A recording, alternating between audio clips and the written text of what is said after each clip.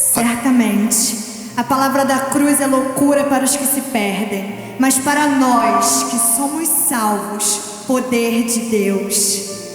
Pois está escrito: destruirei a sabedoria dos sábios e aniquilarei a inteligência dos instruídos. Onde está o sábio? Onde o escriba? Onde o inquiridor deste século? Porventura, não tornou Deus louca a sabedoria do mundo? Visto como, na sabedoria de Deus, o mundo não o conheceu por sua própria sabedoria, aprove a Deus salvar os que creem pela loucura da pregação. Porque tanto os judeus pedem sinais, como os gregos buscam sabedoria. Mas para nós, pregamos a Cristo crucificado, escândalo para os judeus, loucura para os gentios. Mas para os que foram chamados, tanto judeus como gregos, pregamos a Cristo, poder de Deus e sabedoria de Deus. Porque a loucura de Deus é mais sábia do que os homens, e a fraqueza de Deus é mais forte do que os homens. Nós temos falado no versículo de número 18, nós vamos ler mais uma vez antes de orar, só ele, que diz: certamente, a palavra da cruz é loucura para os que se perdem, mas para nós que somos salvos, poder de Deus. A palavra da cruz é loucura para os que se perdem, mas para nós que somos salvos é poder de Deus. Deus fala conosco, é o que eu quero te pedir e desde já te agradecer, Senhor, no nome de Jesus. Se você crê, por favor, diga amém e amém. Bem, se tem algo lindo, é nós entendermos que o poder não estava na cruz. Ainda que ela não tivesse os moldes de Jesus, o tempo todo Satanás tentou angustiar Jesus de uma tal maneira que ele pudesse não ir à cruz. A Bíblia diz que o seu suor eram como gotas de sangue, e a angústia era muito grande. Ele vira para os seus discípulos, primeiro ele está no meio dos 70, daqui a pouco ele se recolhe no meio dos 12, daqui a pouco ele leva consigo 3, Pedro, Tiago e João, mas o que ele precisava passar, aqueles homens não poderiam sequer ver ou sentir, e ele se distancia mais um pouco. A Bíblia diz que Jesus vira e diz o seguinte: olha, ficai aqui e vigiai, que eu vou me retirar para orar. E a Bíblia diz que quando Jesus volta, os discípulos estão dormindo, porque os seus olhos estavam pesados. Jesus precisava sentir essa dor de querer contar com alguém e não poder, para que eu pudesse entender que em meio à minha dor, quando eu me sinto só, você sabe quando você sofre um abandono, ou quando seus pais de forma precoce morrem, Jesus, ele precisava sentir algumas dores. Isaías, ele vai dizer que ainda que uma mãe abandone seu filho no processo de amamentação, todavia eu, o Pai Celestial, jamais vos abandonarei. O poder não estava na cruz, o poder estava na mensagem da cruz. E se o diabo, se Satanás conseguisse poupar Jesus, arrancar ele da cruz, eu não teria os benefícios da cruz. Então a mensagem da cruz, ela deixa para mim e para ti algumas coisas que nós vamos precisar entender hoje. Na semana passada eu findei falando que ela deixa dentre a sua mensagem uma palavra chamada substituição. Você entende isso? Diga amém. Substituição, repita comigo: substituição. No livro do Gênesis, no capítulo de número 22, a partir do versículo 7, a gente começa a entender um pouquinho o que é substituição. Amém? Me acompanhe aqui e leia comigo. Quando Isaque disse a Abraão, seu pai: meu pai, respondeu Abraão: eis-me aqui, meu filho. Perguntou-lhe Isaque: eis o fogo e a lenha, mas onde está o cordeiro para o holocausto? Respondeu Abraão: Deus proverá para si, meu filho, o cordeiro para o holocausto, e seguiam ambos juntos. A fé era tão grande de Abraão, que ele entendia, quando ele diz Deus proverá para si, meu filho, ele sabia que o filho ia para o sacrifício. O escritor aos Hebreus diz algo lindo, que ainda que Isaac estivesse em cinzas, ele acreditava no Deus capaz de recompor das cinzas e entregar de volta o seu único filho. Você está entendendo? Diga amém. E esse texto aqui, ele vira para o filho, ele não enrola o filho, ele diz Deus proverá para si, meu filho. Então eles continuam andando juntos, e a Bíblia diz que no versículo seguinte nós vamos ler, diz o seguinte: chegaram ao lugar que Deus lhe havia designado. Ali edificou Abraão um altar, sobre ele dispôs a lenha, amarrou Isaque, seu filho, e o deitou no altar, em cima da lenha. E, estendendo a mão, tomou o cutelo para imolar o filho. Mas do céu lhe bradou o anjo do Senhor: Abraão, Abraão. Ele respondeu: eis-me aqui. Então lhe disse: não estendas a mão sobre o rapaz e nada lhe faças, pois agora sei que temes a Deus, porquanto não me negaste o filho, o teu único filho. E aí o versículo seguinte vai dizer: tendo Abraão erguido os olhos, viu atrás de si... Para um pouquinho, Márcia. Tendo Abraão erguido os olhos, me ajuda, tendo Abraão erguido os olhos.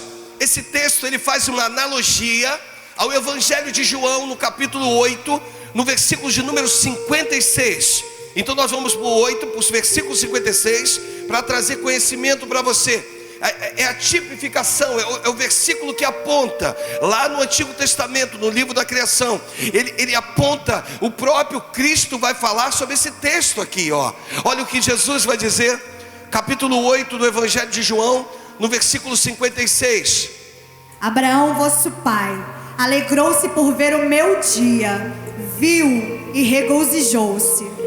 Aí, os homens viram para Jesus no versículo seguinte, 57, vão dizer o seguinte: perguntaram-lhe, pois, dos judeus: ainda não tens 50 anos e viste Abraão? Segura aí, você não tem 50 anos e está dizendo que viu Abraão?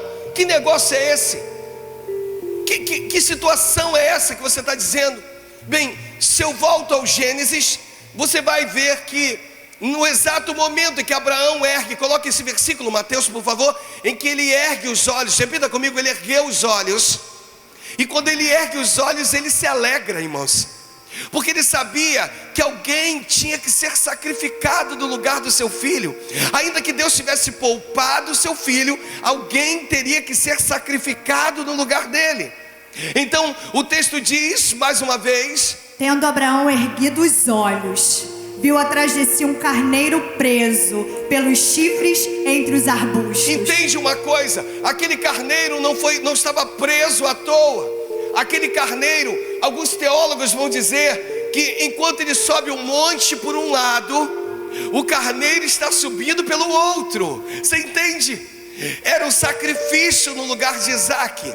Agora sim, ele ergue os olhos e ele vê o carneiro e ele se alegra. Você está entendendo? Diga amém. Porque alguém seria ou substituiria o sacrifício de Isaque. Por isso a mensagem da cruz fala de substituição. Ou seja, alguém deveria substituir. É como se Abraão dissesse: olha, eu creio que o Cordeiro vivo, que irá tirar o pecado do mundo, irá substituir um dia toda a humanidade. Você entendeu, por favor, até aí? Por favor, diga amém. E esse texto nos remete a isso, sabe? O texto diz: tendo Abraão erguido os olhos, ele viu. Aí eu volto novamente ao Evangelho de João, no capítulo 8, no versículo 56, para você entender, para ser uma pregação bem didática, para você levar para casa, porque é a palavra que transforma. Diz: Abraão, vosso pai, alegrou-se por ver o meu dia, viu e regozijou-se. O texto diz que Abraão viu e regozijou-se. Por quê? Porque Cristo era a tipificação do cordeiro que seria sacrificado no lugar de Isaac. Por isso é que ele se alegra. Quando ele ergue os olhos, ele vê o cordeiro, ele se alegra. Deixa eu repetir isso para você entender. Quando ele ergue os olhos e ele se alegra, ele se alegra é porque um cordeiro substituiria o sacrifício que seria o seu filho amado. Você entendeu, por favor? Dá um glória a Deus aí para me ver que você está vivo. Dá um glória a Deus para me ver que você está vivo. Então isso é importante para nós aprendermos com a palavra. Aí no versículo 57 eles levantam um questionamento: que negócio é esse? Olha o que diz o texto. Perguntaram-lhe, pois, os judeus: ainda não tem 50 anos e viste Abraão? Que negócio é esse se você não tem nem 50 anos? Agora, a resposta de Jesus, se você entender ela aí, você vai glorificá-lo aí no teu lugar. Você está entendendo? Diga amém. Se você entender a resposta de Jesus, você vai soltar um grito de alegria, de aleluia, de glória a Deus, de santo, em nome de Jesus. Versículo seguinte. Respondeu-lhe Jesus: em verdade eu vos digo, antes que Abraão existisse, eu sou. Você está entendendo? Diga amém. Jesus, ele responde e diz assim: olha, antes que Abraão existisse, eu sou. Você entende isso? Por favor, diga amém. Deixa eu ouvir o teu grito de glória a Deus. Deixa eu ouvir o teu grito de aleluia. Deixa eu ouvir as tuas palmas. Deixa eu ouvir você exaltando aquele que morreu na cruz por você.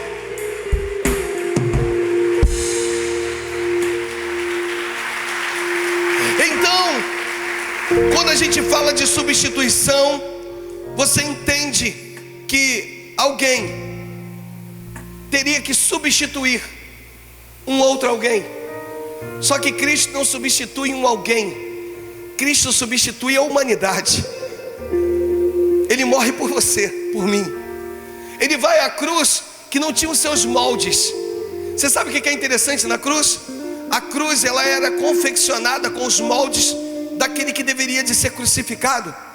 E a cruz, ela tinha os moldes de Barrabás. Barrabás era mais alto que Cristo. Barrabás tinha os braços mais compridos que Cristo. Por isso Jesus, ao ser posto na cruz, os seus braços tiveram que ser estendidos, mas nenhum osso foi quebrado. Ele é aquele que foi moído sem ter nenhum osso quebrado. Você entende isso? Essa é a substituição.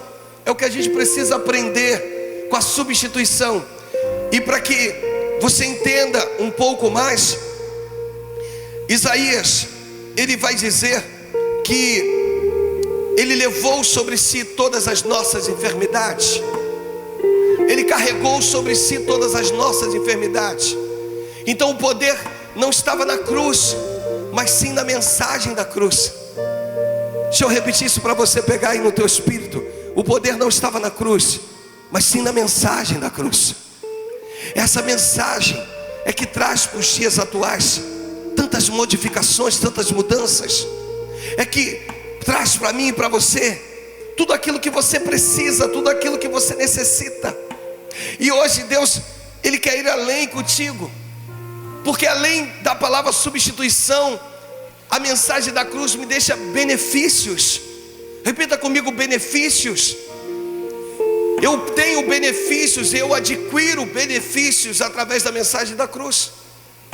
Dentre os benefícios que eu alcanço, Colossenses, no capítulo de número 2, no versículo 12. Olha o que diz o texto. Tendo sido sepultados juntamente com ele no batismo, no qual igualmente fostes ressuscitados, mediante a fé no poder de Deus, que o ressuscitou dentre os mortos. Olha o que diz o 3. E a vós outros, que estáveis mortos pelas vossas transgressões e pela incircuncisão da vossa carne, vos deu vida juntamente com ele, perdoando todos os nossos delitos. Olha o que diz o 14.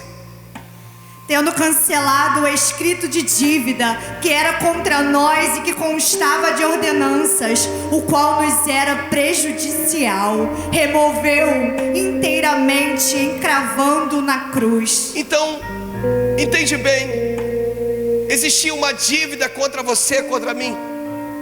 Jesus, ele pega essa dívida. Para você entender, eu vou mudar a versão. Olha a mensagem da cruz.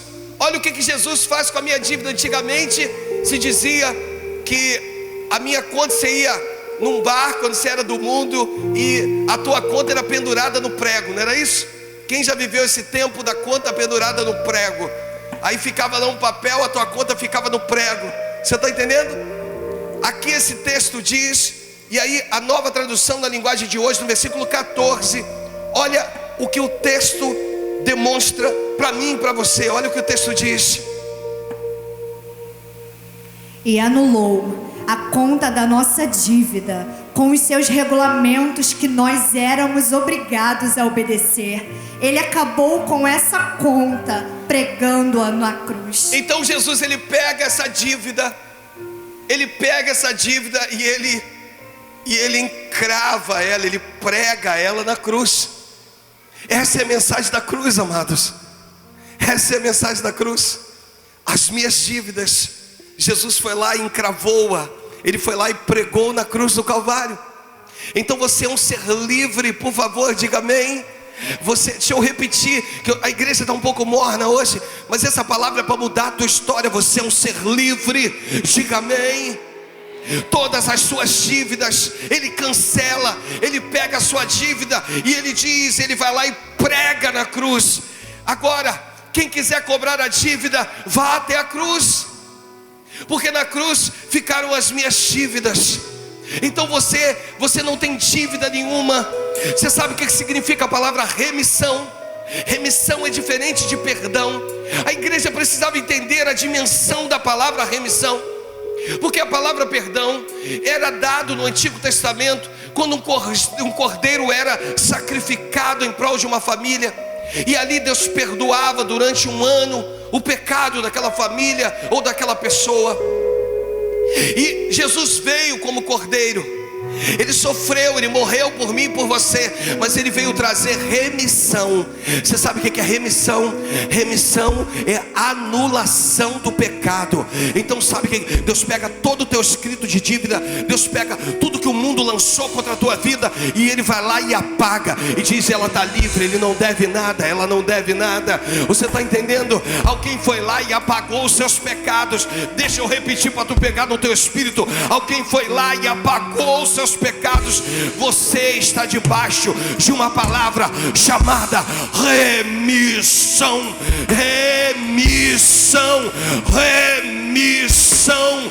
Todos os seus pecados foram apagados e foram pendurados na cruz.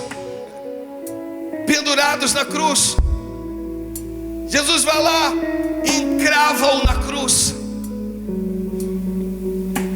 Isso é lindo. O paciente com câncer de leucemia, quando ele está completamente curado, os médicos dizem, o paciente fulano de tal entrou em remissão. Ou seja, sobre ele essa doença não tem mais poder. Jesus está virando para você, está dizendo para você, creia em mim, viva o que eu tenho para você. Sabe como é que nós estamos nos dias atuais? Comendo das migalhas que caem da mesa. Sabe como é que está a igreja dos dias atuais? Deixa eu repetir, comendo das migalhas que caem da mesa. Tem alguém do teu lado, toca nessa pessoa, de um lado ou do outro, e diga, Deus te chamou para se assentar à mesa. Diga para ele, diga para ela, até arrancar um sorriso dele ou dela, você foi chamado como príncipe, como princesa nos dias de hoje. Isso é que é importante para você. Isso é que muda a tua história. A tua dívida foi paga. O que estava pregado na cruz não era apenas um corpo, eram minhas dívidas. Eu não poderia. Aí o versículo 15 de Colossenses capítulo 2 é lindo, irmãos. Ele é um triunfo. Na versão, coloca na outra versão pra gente. Isso. Vamos lá, versículo 15, olha o que diz.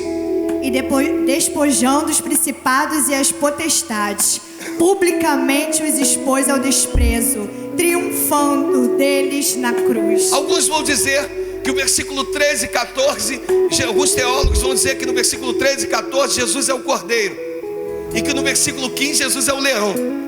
Então vamos ler o 13 nessa versão, 13 e 14, Jesus como cordeiro. Olha o que diz o texto: como cordeiro que veio para tirar o pecado do mundo. E a vós outros, que estáveis mortos pelas vossas transgressões e pela incircuncisão da vossa carne, vos deu vida juntamente com ele, perdoando todos os nossos delitos. Aí o 14 vai dizer, ele ainda é cordeiro, tendo cancelado o escrito de dívida que era contra nós e que constava de ordenanças, o qual nos era prejudicial, removeu inteiramente, encravando na cruz. Aí o versículo 15, Jesus é o leão. Olha o que diz, amados. Olha, solta a tua voz junto com a Márcia, vai. Eu vou contar até 3, 1, 2, 3, vai. E despojando os principados e as potestades. Peraí, eu não estou ouvindo a tua voz, solta a tua voz. Pergunta para a pessoa do teu lado, você sabe ler? Graças a Deus por isso.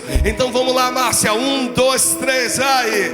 E despojando os principados e as potestades, publicamente os expôs ao desprezo, triunfando deles na cruz.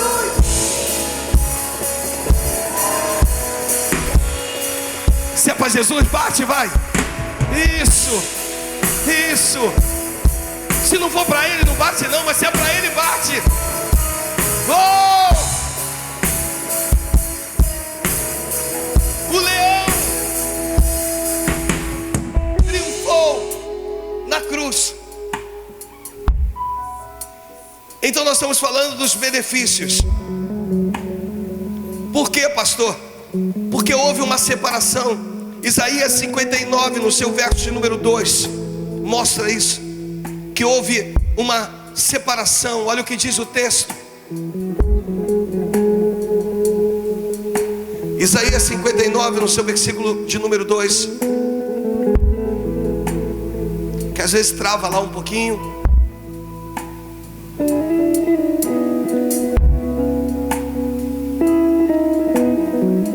Te dei os textos aí, tá? Para te facilitar, tá? Vamos lá. 1, 2, 3, vai, Márcia. Mas as vossas iniquidades fazem separação entre vós e o vosso Deus, e os vossos pecados encobrem o seu rosto de vós, para que vos não ouça. Olha que diz o texto, leia mais uma vez, por Mas favor. as vossas iniquidades fazem separação entre vós e o vosso Deus, e os vossos pecados encobrem o seu rosto de vós, para que vos não ouça. Esse texto diz que as vossas iniquidades fazem separação entre vós e o vosso Deus. E aí precisava de alguém, amém, que reconciliasse tudo isso através da cruz. Então a mensagem da cruz fala de reconciliação. A mensagem da cruz fala de reconciliação. Vamos entender isso. Colossenses capítulo 1, versículo 13, em nome de Jesus. Vamos lá, Colossenses.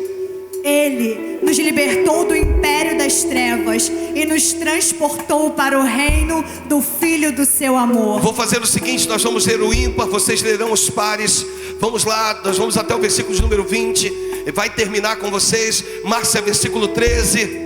Ele nos libertou do império das trevas e nos transportou para o reino do Filho do seu amor. Vocês.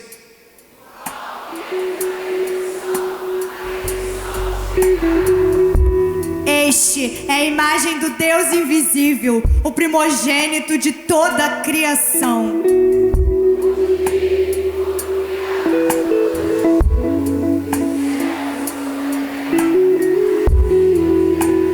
Sejam,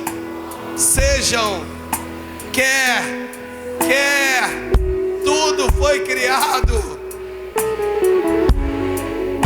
Ele é antes de todas as coisas, nele tudo subsiste.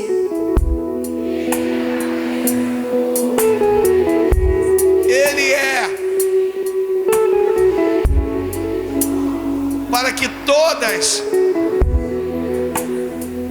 19. Porque aprouve a Deus que nele residisse toda a plenitude. Versículo 20, vocês, solta a tua voz, vai.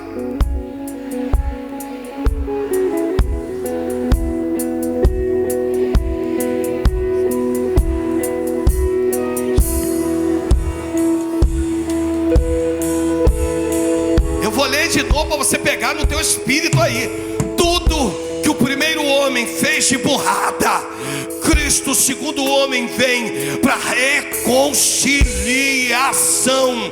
Você está entendendo? Diga amém. Em nome de Jesus. Vamos ler versículo 20. Todos nós vamos ler. E que, havendo feito a paz pelo sangue da sua cruz, por meio dele, reconciliar-se consigo mesmo. Me ajuda. Todas as coisas. Repita comigo: todas as coisas. Repita comigo: todas as coisas.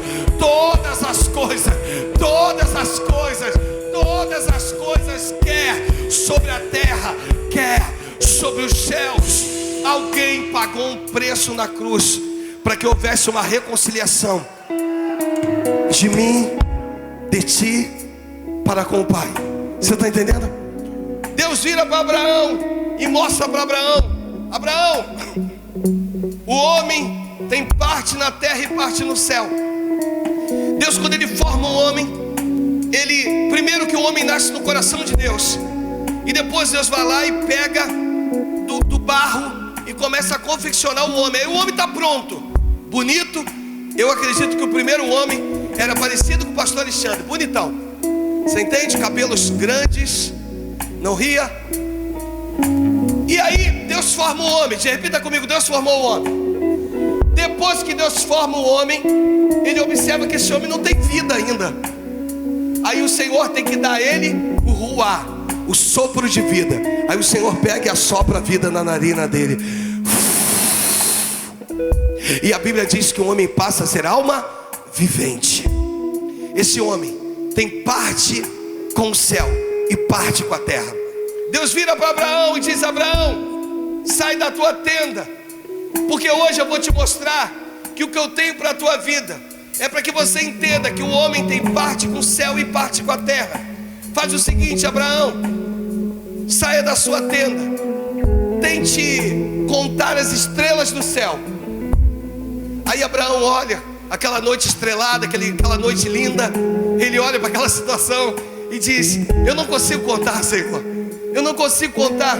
Então faz o seguinte, Abraão, agora conte a areia do mar. Abraão pega aquela areia e diz: Senhor, é impossível contar. E o Senhor: assim será a sua descendência, com homens e mulheres que têm parte com o céu e parte com a terra. Eu vim te dizer que o céu, ele clama por você. Você não nasceu para ir para o inferno. Você não nasceu para se perder. De repente você veio hoje à casa do Pai, você se desviou, você saiu dos caminhos do Senhor, mas hoje o céu te trouxe aqui nesse lugar, através da presença do Espírito Santo. Deus está dizendo: eu não desisti de você. Deixa eu te falar mais uma vez. Deus está dizendo: eu não desisti de você. Ainda que você tivesse desistido de você, o céu não desistiu de você. Você é um projeto de Deus nesse tempo e para essa geração. Deus tem coisas contigo, e através da mensagem da cruz, o Pai alcança a tua vida. Se tu crê, bate palmas pro Senhor, em nome de Jesus.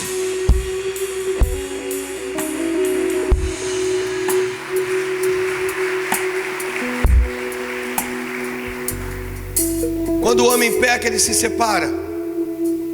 Aí Jesus vai lá e o reconcilia. Todas as coisas. Repita comigo: todas as coisas.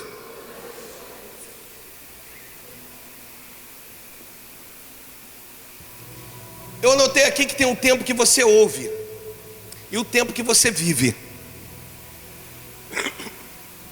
Eu ouvi muitas coisas, amados. Eu ouvi muitas coisas no decorrer da minha trajetória cristã. Quantas vezes pessoas foram usadas para a minha vida? Usadas. De você ver que era de Deus o negócio. Foram tremendamente usadas. Só que chega um tempo que Deus não quer só que você ouça, Ele quer que você viva. Eu não sei qual foi o quadro, ou qual é o quadro que você chegou aqui. Eu quero falar hoje sobre uma palavrazinha que tem afetado muitos cristãos.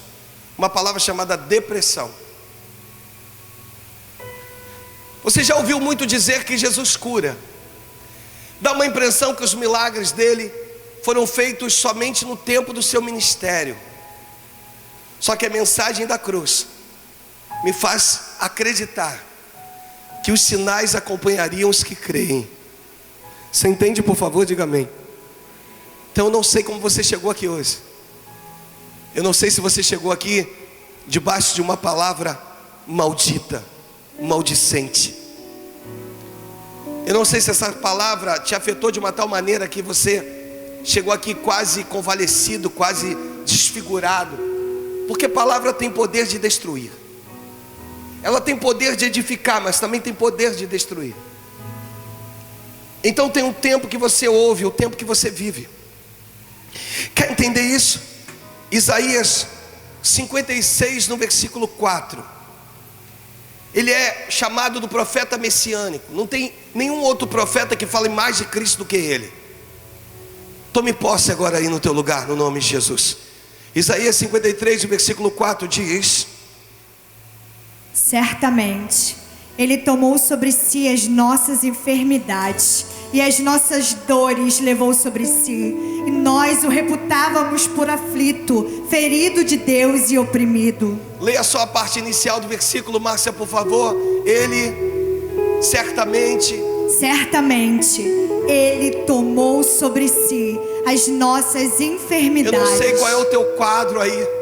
Eu não sei se tu está com um laudo médico. Eu não sei se tu chegou nesse lugar e o médico disse assim: olha, eu vou precisar fazer uma biópsia porque o caso é sério. Eu não sei se você foi diagnosticado com alguma enfermidade que te traz danos, te traz dolo. É difícil. Você tem até vergonha de dizer para alguém o que você tem. Você tem vergonha porque você é cristão, você é crente, lavado e remido, e você não entende o porquê que você vive tudo isso, porquê que você passa por tudo isso. Você não consegue entender isso.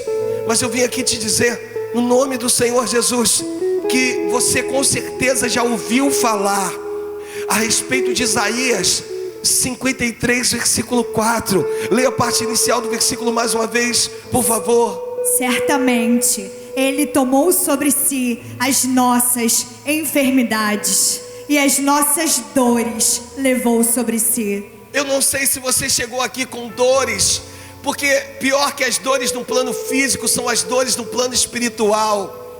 Você está, por favor, você me entende? Por favor, diga amém. Eu não sei, deixa eu repetir isso. Eu não sei se você está vivendo um tempo de dores conflitantes. Aí tu pega Isaías, tu pega o versículo 4 e tu diz: Senhor, eu ouço, eu preciso viver isso.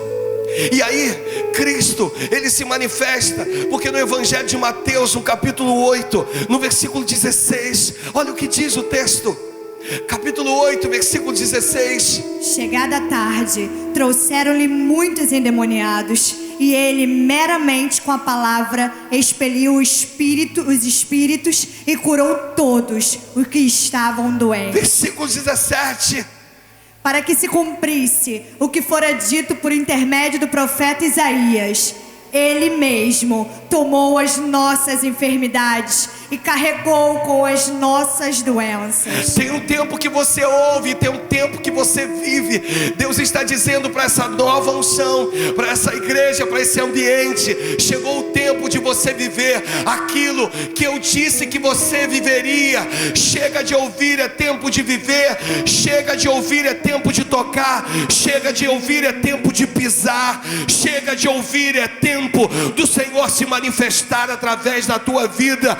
Enfermidade, que é o teu nome, nome, sai dele, sai dela, no nome poderoso do Senhor Jesus, porque Cristo já se manifestou e disse, para se cumprissem as escrituras que o profeta Isaías fez. Então viva no tempo do cumprimento da promessa. Toca na pessoa do teu lado e diga, viva no tempo do cumprimento da promessa.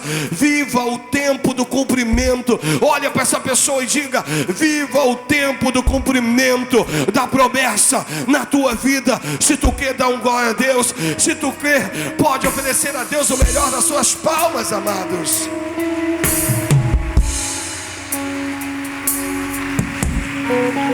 Repita comigo, tem um tempo que eu ouço e creio, mas chegou o tempo que eu preciso viver.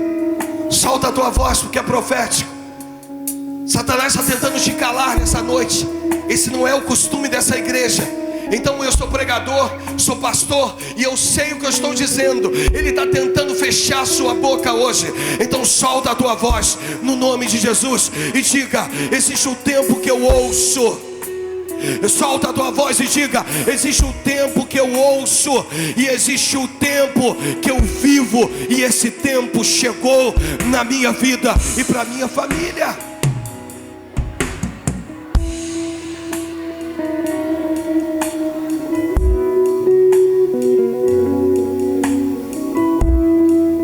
Tema da nossa meditação, e eu encerro agora.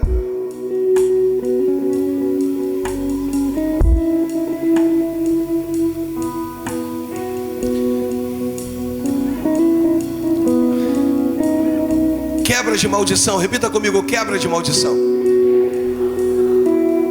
É tão forte esse tema que a gente observa a igreja sentindo isso no mundo espiritual. No mundo espiritual. Porque nós estamos aqui ministrando para o mundo espiritual, irmãos. Quem tem que ouvir, sai da vida dele é o inferno, sai da vida dela é o inferno. Porque a fé vem pelo ouvir e ouvir a palavra de Deus. E isso que Deus precisa liberar na tua vida. Se você ouvir, se você praticar, não tem quem te segure nessa terra. Deixa eu falar sobre quebra de maldição. Pastor, o senhor está dizendo que através da mensagem da cruz há uma quebra de maldição, há uma quebra de maldição. A Bíblia diz, no livro do Gênesis, no capítulo 3, no versículo 18, na Nova Versão Internacional, o texto diz: ela lhe dará espinhos e ervas daninhas, e você terá que alimentar-se das plantas do campo. O homem, quando peca, o Senhor vira para ele. Primeiro que esse homem já trabalhava, porque Deus deu o campo a ele para que ele pudesse trabalhar no campo. Então essa ideia de dizer que o homem não fazia nada é balela, é mentira. O homem trabalhava. Só que devido ao pecado, o Senhor vira e diz assim: agora eu vou botar espinhos e abrolhos. O que eu vou fazer com isso? Eu vou dificultar vocês. Aquela colheita que era mais fácil, agora vai ser mais penosa. Aquela colheita que você fazia de uma forma muito simples, agora você vai ter que ter cuidado com os espinhos. Porque os espinhos vão estar em meio à sua colheita. E o Senhor então, devido ao pecado de Adão, o Senhor lança sobre o homem uma maldição. Quando o diabo lança uma maldição sobre a tua vida, quando você se converte, você se torna uma nova criatura, e toda essa maldição é quebrada. Agora a dura coisa é cair na mão do Senhor. A maldição, ou aquilo que foi determinado ao homem, só o próprio Deus poderia quebrá-la. E no Evangelho de João, que ele não vai colocar porque o texto é muito conhecido, no capítulo 3, versículo 16, que diz: porque Deus amou o mundo de tal maneira que deu o seu único filho, para que todo aquele que nele cresce não morresse, mas tivesse a vida eterna. O primogênito, o melhor de Deus, O Senhor queria quebrar uma maldição, porque chega de você colher em meio aos espinhos.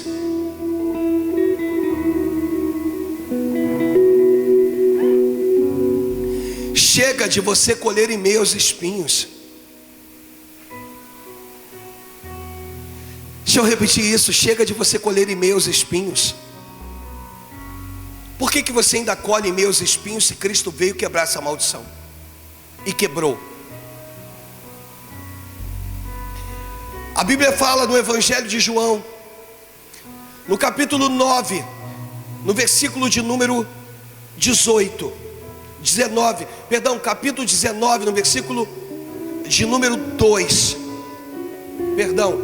Capítulo 19, no versículo 2. Olha o que diz. Os soldados, tendo tecido uma coroa de espinhos, puseram-lhe na cabeça e vestiram-no com um manto de púrpura. Os soldados pegam uma coroa de espinho e encrava os espinhos na cabeça de Jesus. Logo começa a sangrar.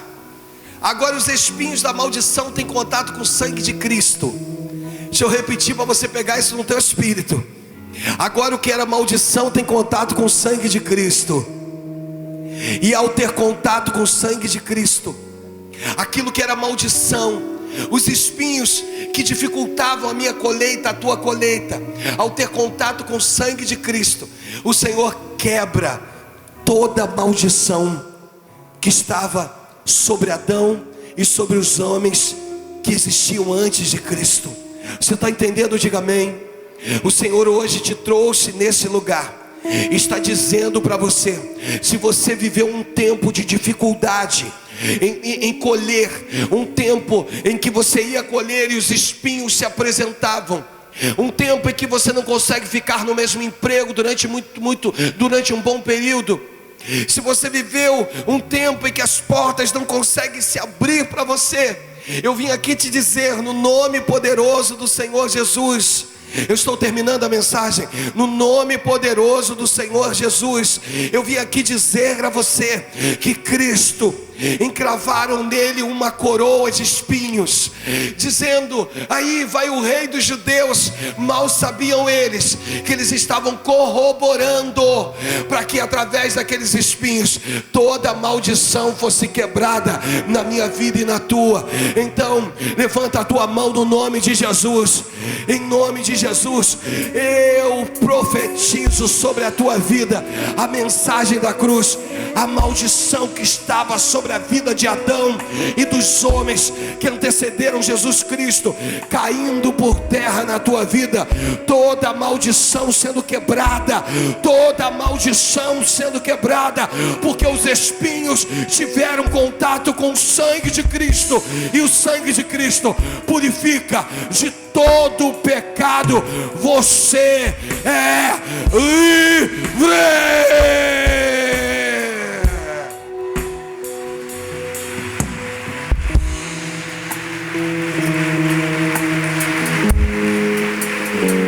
Você é livre. Alguns têm me perguntado assim: pastor, qual o objetivo da nova unção? Coloca a logo da nova unção. Qual o objetivo da igreja nova unção? Durante um período da minha vida eu quis insistir em algumas coisas. Eu não compreendi o que Deus queria, o que Deus estava desenvolvendo para nós. E o que Deus queria, estava desenvolvendo a nós, era uma palavra chamada paternidade. Normalmente os pastores, eles seguram, vou simular aqui alguém aprendendo a andar de bicicleta, e o pastor é o líder. Então o líder, normalmente ele segura o pastor que é líder. Tem um pastor que é pai e o pastor que é líder. Vamos repetir? Tem um pastor que é e o pastor que é. Então vou falar primeiro do pastor que é líder. O pastor que é líder, ele segura, está ensinando a andar de bicicleta, mas ele segura o cilim. Você está entendendo? Diga amém. e ele segura o cilindro da bicicleta e ele corre junto, mas ele não solta. Ele não solta porque a pessoa que está aprendendo não tem equilíbrio. A pessoa que está aprendendo vai cair, e ele solta. Ele não solta, ele segura, ele mantém, ele corre do lado, ele segura o guidão, ele segura o cilindro, que é o banco, e ele vai para um lado, ele vai para o outro. Esse é o pastor líder. O pastor pai, sabe o que ele faz, irmãos? O pastor pai é aquele que segura no cilindro, corre do lado e impulsiona. Porque só através do impulso e da velocidade essa criança vai aprender a andar de bicicleta. Você está entendendo? Diga amém. De início ele corre do lado, porque se houver qualquer queda, qualquer resistência, esse pai, ele vai segurar a bicicleta. Mas daqui a pouco ele se assenta, entende? Qual é o objetivo desse ministério, irmãos? Qual é o objetivo da paternidade que nós queremos exercer sobre vocês? Nós não queremos simplesmente te manter, sabe? Como aquela pessoa, eu vi um vídeo, e esse vídeo é um homem deitado, e o pastor ministra, e diz assim: é tão bom, porque aí, quando a igreja realmente, ela abraça o irmão, esse irmão com problemas, a igreja vai lá, segura ele, e leva ele de um lado para o outro, e conduz ele. Só que tem uma hora que ele precisa andar sozinho, a igreja não deixa ele andar, a igreja não confia, a igreja não entende que se ele não andar sozinho, ele não vai entender o vento contrário da vida. O nosso objetivo aqui é te dar embasamento bíblico, para que você possa seguir, para que você possa andar. Existem algumas coisas que Deus entende, e hoje eu quis fazer aqui um simbolismo disso, amém? Então eu quis tentar demonstrar para você mais ou menos o que é isso.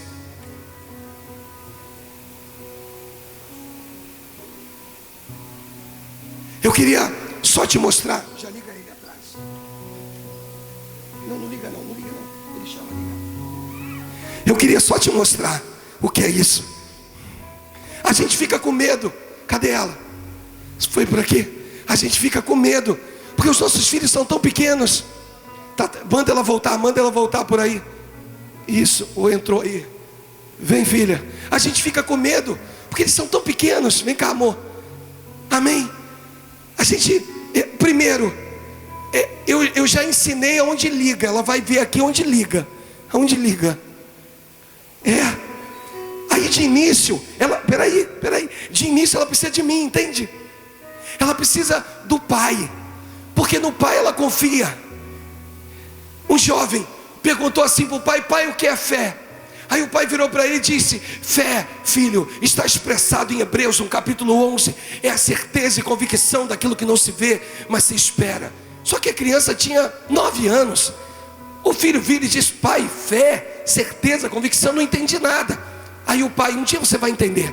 Um dia acabou a luz naquela cidadezinha, luz, era noite chuvosa, e o pai então disse para o filho: filho, papai vai descer o porão, e lá no porão eu vou pegar a lamparina, fica aqui na porta do porão. E aí o pai desce pela escada, e só que o filho se desespera, porque era muito escuro, o filho não via nada, já não segurava na mão do pai. E esse pai então, vendo o desespero do filho, o pai vira e diz: filho, pula. Mas pai, pula, filho, porque papai está te vendo, eu vou te segurar. E o filho, confiando na voz do pai, ele vai lá e pula. E quando ele pula, irmãos, quando ele pula, o pai o abraça e diz: filho, isso é fé. Fé é pular no escuro nos braços do pai. De início, eu quero simbolizar a igreja com ela. De início ela precisa da minha mão, entende? Eu vou botar um apoio aqui, eu vou dar ela vai subir, amém? Ela vai subir, e quando ela se sentir confiável, irmão, pode andar sozinho, pode. Deus está virando para você, está dizendo: eu te chamei para ir a lugares, fazer coisas, sabe? O pai pode se distanciar de você, porque você é lavado. Se é para Jesus, bate palma. Você é remido, você, sabe? E aí, inicialmente, Inicialmente, você anda com algumas precauções, entende? Só que você vai ganhando velocidade. Pode? Corre um pouquinho mais, filha. Isso. Você entendeu? E você se abaixa, você gira, você roda. Por isso, Deus levantou esse ministério para a tua vida. Se você está aqui nos visitando hoje pela primeira vez, deixa eu liberar algo para a tua vida, para tu nunca mais esquecer. Entende algo? Deus te chamou para que você possa romper conosco todos os grilhões, todas as barreiras, todas as dificuldades. Você foi chamado para brilhar, você foi chamado para vencer. E eu, como teu líder, vai ter um momento. Pega uma cadeira para mim. Pega aqui. Vai ter um momento. Isso, me dá. Vai ter um momento que eu quero só me assentar.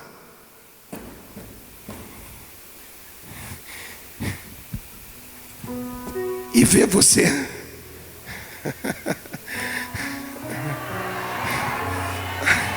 Olha o meu filho, olha a minha filha. Oh, olha como é que Deus é lindo. Você está entendendo? Diga amém. Existem coisas que Deus está virando para você e está dizendo: eu quero te dar a capacidade de você viver tudo isso em mim. Então esse ministério não está aqui para te prender, ele não está aqui para te travar, ele não está aqui para te impedir, ele não está aqui para ficar colocando um monte de regras na tua vida, um monte de impedimentos. Ele está aqui para te apresentar um Cristo que é santo. Importa-vos ser santo como ele é santo, e você terá oportunidade de poder trilhar um caminho digno com o Senhor e na presença dele. Por favor, se você entende, diga amém. Deixa eu mudar a posição da cadeira. Eu quero poder olhar para você e poder ver você indo a lugares que você nunca imaginou ir.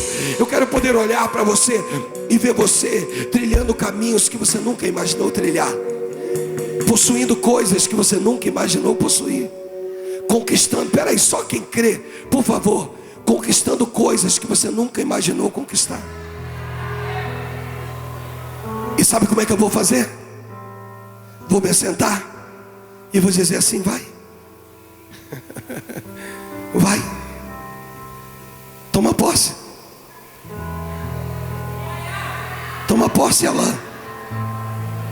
Toma posse, Amanda. Toma posse, Alexandre. Toma posse.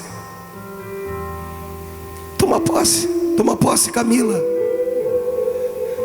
Toma posse, Tiago. Toma posse. Toma posse. Vai em frente. Tem alguém do teu lado que você conheça? Segura na mão dessa pessoa e diga assim: toma posse.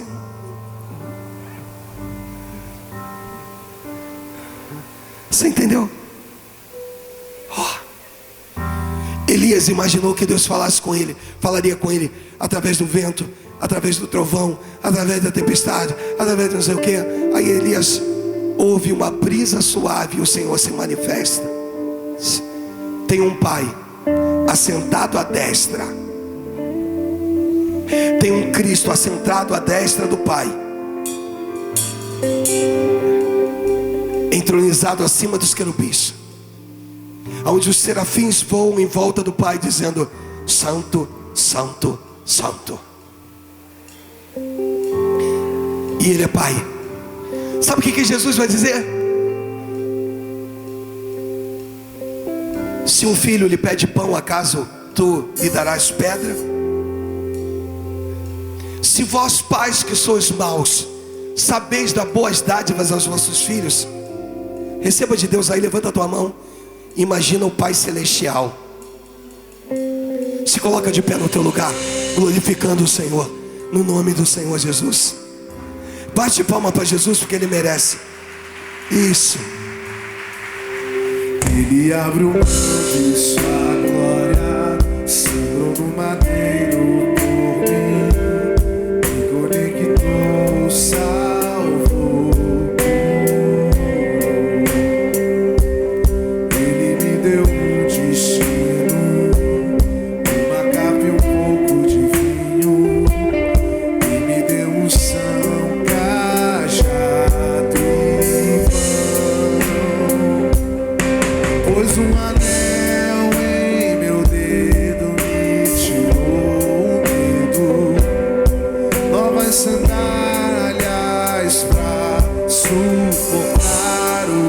pedir. Pôs um anel em meu dedo, me tirou o medo, novas sandálias e disse: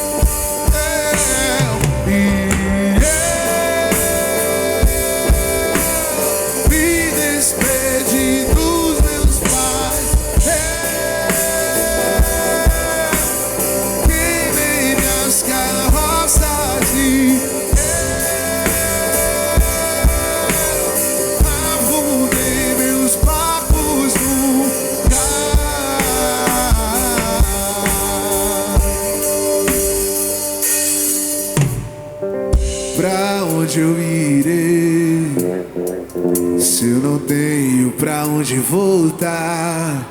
Só tenho você, Deus, palavras de vida eterna.